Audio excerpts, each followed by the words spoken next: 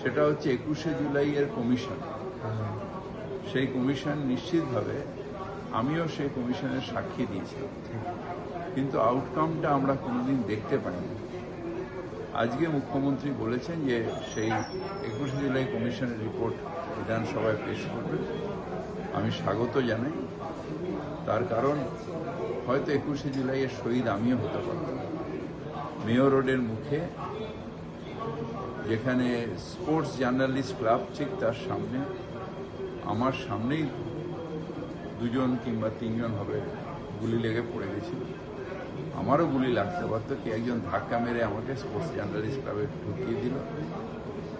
সেইখান থেকে আমার হয়তো আজও বেঁচে আছি ভগবানের ওপরালার কৃপায়।